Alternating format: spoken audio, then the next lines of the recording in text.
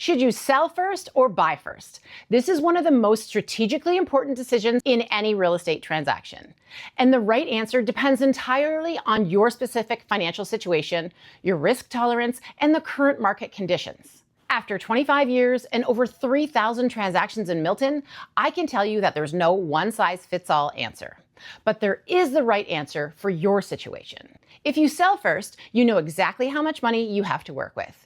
You eliminate the risk of carrying two mortgages. The trade-off is potential pressure to buy quickly, which can lead to compromises on your next home. If you buy first, you secure your next home without rushing, but you carry the financial risk of owning two properties until your current home sells.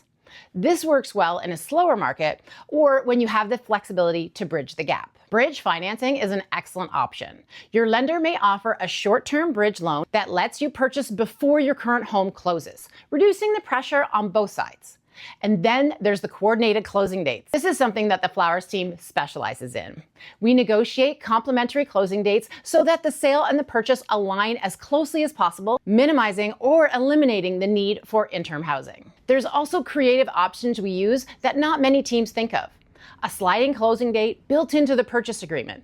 This gives you a flexible window to sell your home before the new purchase closes. It's exactly the kind of thing that separates the Flowers team from the rest. Our goal is simple. No client ever ends up without a home because they sold too fast or stretched too thin because they couldn't sell in time. Reach out to us directly and let us map out the right strategy for your situation.